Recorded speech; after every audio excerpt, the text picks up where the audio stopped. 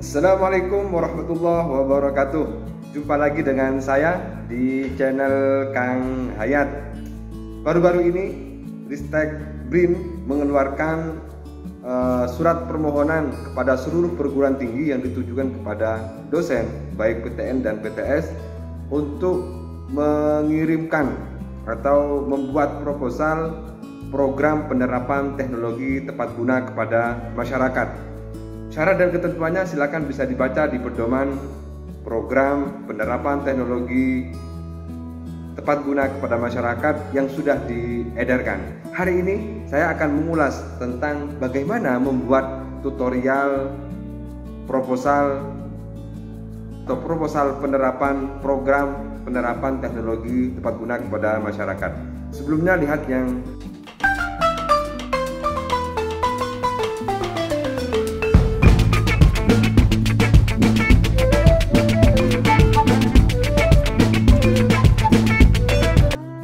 Sebelum saya menjelaskan tentang tutorial bagaimana menulis proposal PPTTG kepada masyarakat ini, yang belum subscribe silakan di subscribe dulu. Jangan lupa disodok tombol loncengnya untuk terus bisa mengikuti konten-konten saya. Karena konten-konten saya ini banyak membahas tentang aspek literasi menulis, baik menulis proposal penelitian, proposal pengabdian, menulis artikel ilmiah di jurnal, atau menulis buku. Semoga bermanfaat. Jangan lupa kalau suka di like dan di komentari di kolom komentar agar kita bisa sering diskusi dan sharing untuk kemanfaatan bersama, untuk nilai-nilai kebaikan bersama. Semoga tetap produktif dan inovatif. Satu ini. Untuk membuat proposal program penerapan teknologi tepat guna kepada masyarakat yang sesuai dengan anjuran Ristek BRIN, maka ada dua hal yang harus diperhatikan. Yang pertama adalah selain memperhatikan ketentuan dan syarat yang sudah ditetapkan oleh Ristek BRIN, tetapi dalam proses penulisannya, dalam proses pembuatannya ada dua hal yang harus dipahami. Yang pertama adalah ketentuan teknis. Yang pertama, proposal maksimal 20 halaman, tentu tidak boleh lebih dari 20 halaman. Boleh kurang dari 20 halaman tetapi tidak terlalu sedikit. Yang penting proposalnya mencakup dari semua isi sesuai dengan kebutuhan yang ada di proposal itu sendiri. Itu tidak mencakup misalnya halaman sampul, halaman pengesahan dan lain sebagainya. Yang kedua, syarat teknisnya adalah fontnya Times New Roman. Ukurannya adalah 1,5 spasi. Ini juga penting secara teknis untuk diperhatikan. Jadi tidak boleh menggunakan Arial, tidak boleh menggunakan font-font yang lain. Ini sudah ditentukan oleh di dalam panduan proposal itu, fontnya bentuknya adalah Times New Roman TNR dan ukurannya adalah 1,5 spasi. Yang ketiga, covernya warna putih dan ukuran kertasnya adalah A4. Ini yang perlu diperhatikan. Jadi untuk menulis proposal program penerapan teknologi tepat guna ini, syarat teknis ini harus dipenuhi dahulu sehingga nanti bisa masuk ke syarat substansi. Sekarang masuk ke syarat substansi. Apa saja syarat substansi penulisan proposal program penerapan teknologi tepat guna? Halaman sampul pengesahan ini silakan bisa menyesuaikan dengan lampiran yang ada di panduan program penerapan teknologi tepat guna. Untuk yang pertama, di dalam penulisan substansi adalah membuat ringkasan. Ringkasan proposal ini harus disesuaikan dengan apa yang sudah dicantumkan di dalam pedoman. Misalnya, ada permasalahan mitra, kemudian ada solusi yang dicanangkan oleh peneliti atau penulis, kemudian ada tujuan dan target khusus yang ingin dicapai, serta metode penggunaan atau metode pemakaian teknologi tepat gunanya seperti apa. Dalam ringkasan ini tentu dijelaskan secara konkret tentang persoalan mitra yang ditemui di lapangan, misalnya berkaitan dengan pembuatan sampah atau pengelolaan sampah. Maka penulis harus tahu tentang persoalan pengelolaan sampah di tempat mitra, sehingga nanti teknologi tepat gunanya yang disampaikan di dalam ringkasan itu secara konkret menjelaskan persoalan tentang persoalan mitra atau persoalan sampah yang ada di mitra. Karena mitranya di sini sesuai dengan syaratnya adalah ada 2 mitra di dalam satu desa. Boleh siapa saja, boleh kelompok masyarakat siapa saja yang kira-kira bisa diajak kerjasama untuk menerapkan teknologi tepat guna yang ditawarkan oleh penulis. Jadi ringkasan ini bisa ditulis secara ringkas-ringkasnya 1 spasi. Persoalan mitranya seperti apa secara ringkas dijelaskan, konkret, kemudian lengkap, kemudian solusi apa yang ditawarkan oleh penulis, kemudian solusinya misalnya berkaitan dengan pengelolaan sampah rumah tangga yang baik menjadi pupuk cair misalnya begitu. Silakan disampaikan di dalam penerapan solusi. Jadi urutan secara sistematika adalah menyampaikan persoalan masalah mitra, kemudian menyampaikan solusi yang ingin diberikan, kemudian menyampaikan tujuan dari pemberian teknologi atau dari penerapan teknologi tepat guna itu apa. Jadi ini juga menjadi penting disampaikan di dalam ringkasan proposal. Kemudian target khususnya siapa? Apakah RT RW atau masyarakat secara umum atau kelompok mitra yang sesuai dengan apa yang diharapkan. Jadi yang ingin dicapai di dalam metode penerapan teknologi tepat guna itu. Jadi target khusus misalnya bisa ada pengembangan teknologi tepat gunanya, ada keberlanjutan dari teknologi tepat guna. Ini juga perlu disampaikan di dalam ringkasan proposal. Jadi menulis ringkasan proposal ini sangat mudah, paling tidak 1 halaman cukup dirapatkan saja dengan menggunakan 1 spasi. Kemudian kita masuk ke bab pendahuluan. Di bab pendahuluan ini tentu saudara harus melihat 2 hal. Yang pertama adalah analisis situasi, kemudian yang kedua adalah permasalahan mitra.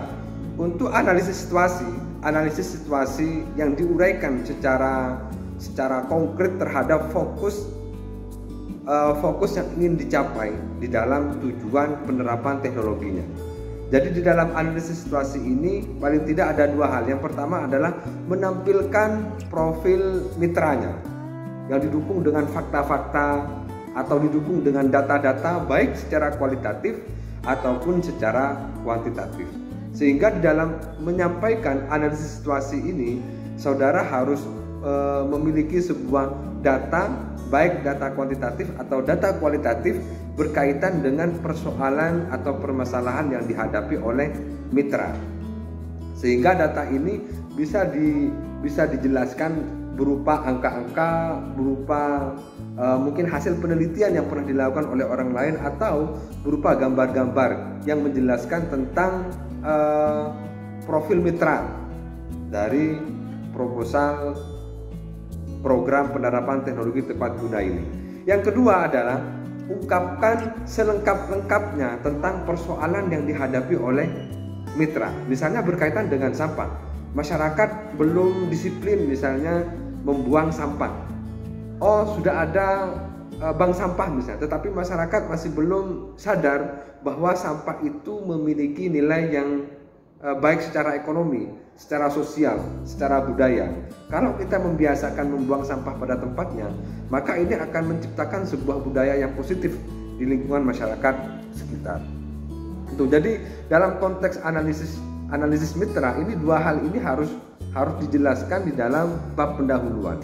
Yang pertama adalah mencakup profil mitranya dengan berbagai sumber, dengan berbagai data kualitatif atau kuantitatif. Yang kedua adalah menjelaskan persoalan yang dihadapi. Kalau misalnya kita mau menawarkan tentang teknologi tepat guna di bidang sampah, maka tentu kita menjelaskan atau memaparkan tentang persoalan yang berkaitan dengan pengelolaan sampah. Yang kedua, di dalam bab pendahuluan yang harus ada adalah persoalan mitra. ini ditulis secara khusus di dalam poin 1.2 bahwa ada sebuah justifikasi dari penulis tentang persoalan yang dihadapi oleh mitra, oleh masyarakat berkaitan dengan sampah. Misalnya ada sebuah prioritas khusus, misalnya sampah rumah tangga. Maka bagaimana pengelolaan sampah rumah tangga ini dibahas, diulas secara konkret, secara jelas di 1.2 ini sebagai bagian dari persoalan mitra. Sehingga nanti ini akan menjadi sebuah persoalan prioritas yang akan diselesaikan atau diberikan solusi terkait dengan PPTG-nya. Sehingga nanti untuk permasalahan mitra ini, maka nanti bisa fokus. Kalau misalnya fokus kepada persoalan sampah rumah tangga, maka nanti persoalan yang diungkap, yang disampaikan di dalam pendahuluan ini adalah persoalan yang berkaitan dengan sampah rumah tangga.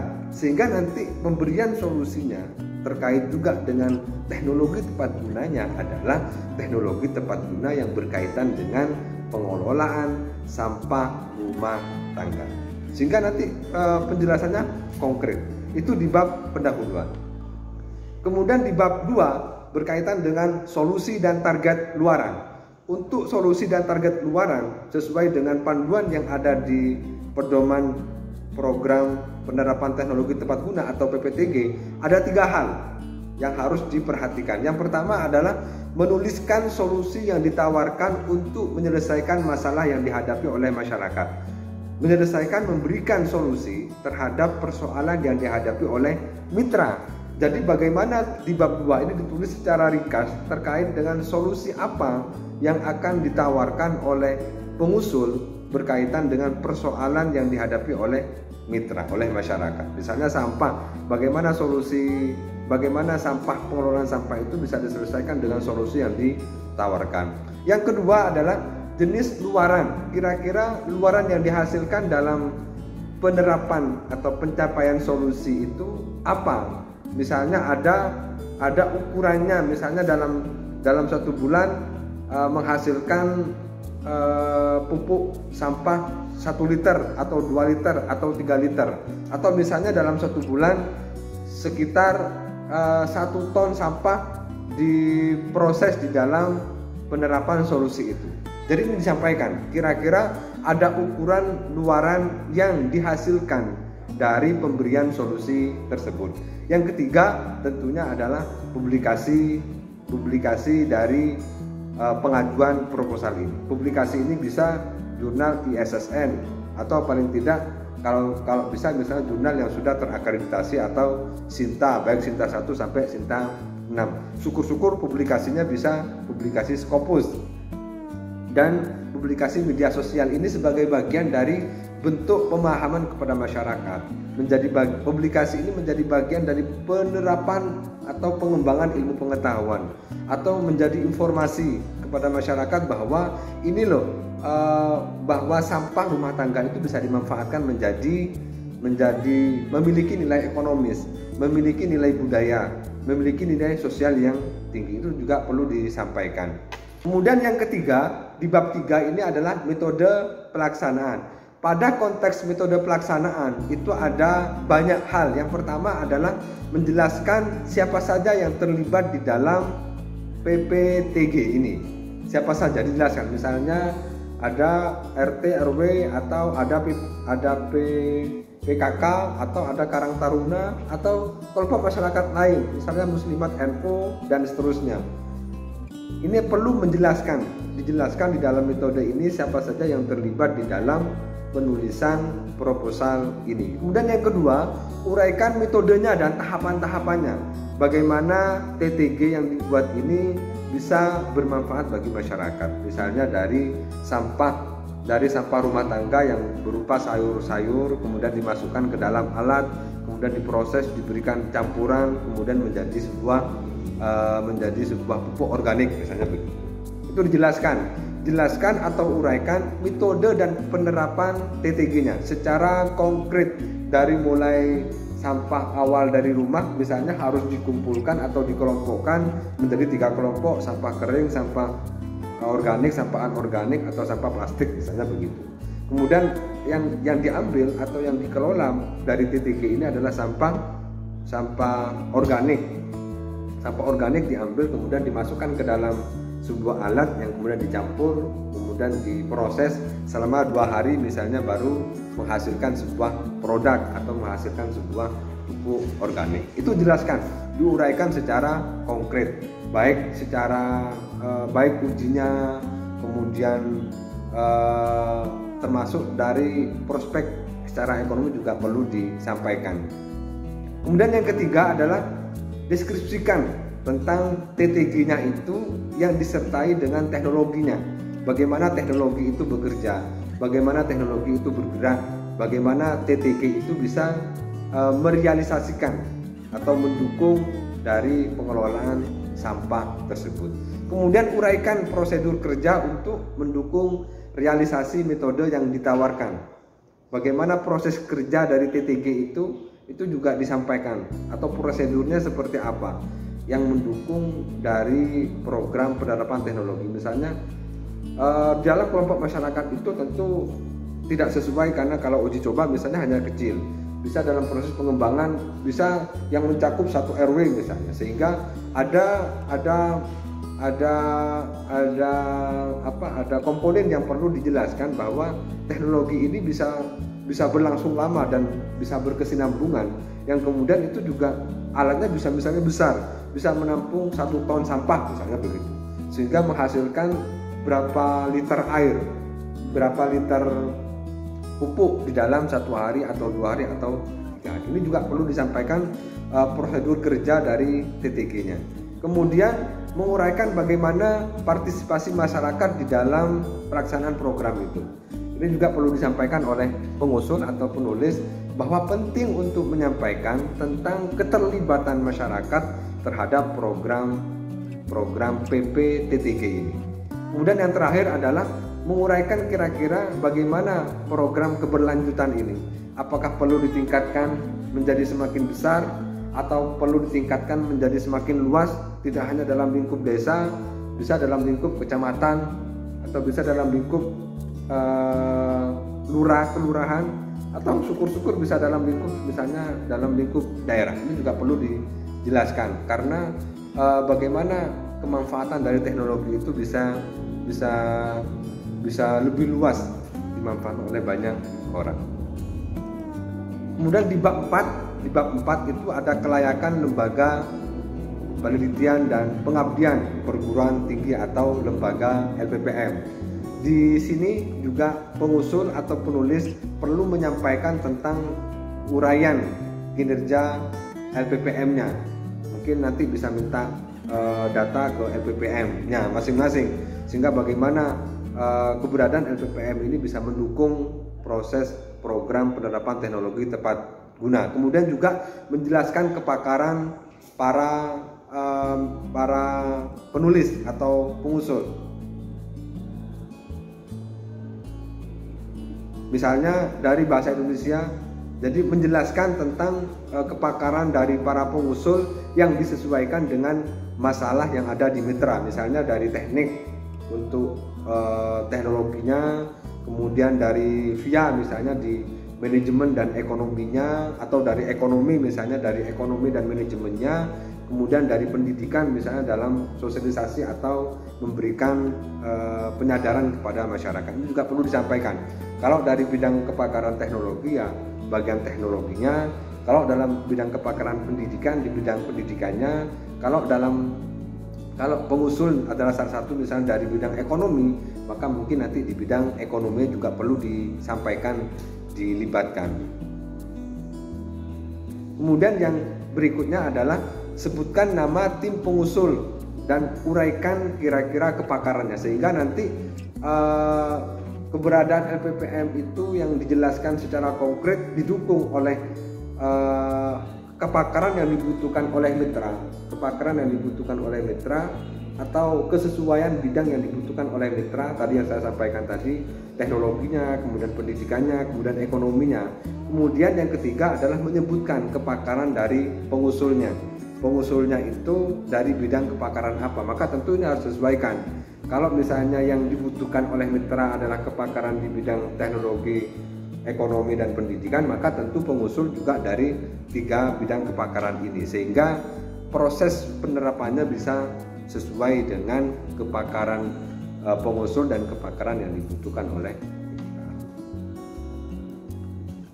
Di bab 5 berkaitan dengan biaya dan jadwal kegiatan. Ini tentu silakan bisa disesuaikan. Untuk anggaran biayanya disesuaikan dengan pedoman penulisan program penerapan teknologi tepat guna. Anggaran yang disediakan adalah 170 juta maksimal mencakup dari semua komponen. Silakan nanti untuk penulisan anggaran saya tidak menjelaskan di sini, tetapi saudara perlu mencatat atau perlu mengukur kira-kira apa saja yang dibutuhkan, termasuk misalnya jadwal kegiatan ini diberi jadwal sekitar 4 bulan masa anggaran. Yang paling penting adalah bagaimana saudara segera menulis proposal ini dengan baik, karena jadwal yang ditentukan itu maksimal sampai tanggal 8 Agustus 2020. Silakan dibuat proposalnya, semoga lolos didanai dan memberikan manfaat kepada banyak orang. Terima kasih. Assalamualaikum warahmatullahi wabarakatuh.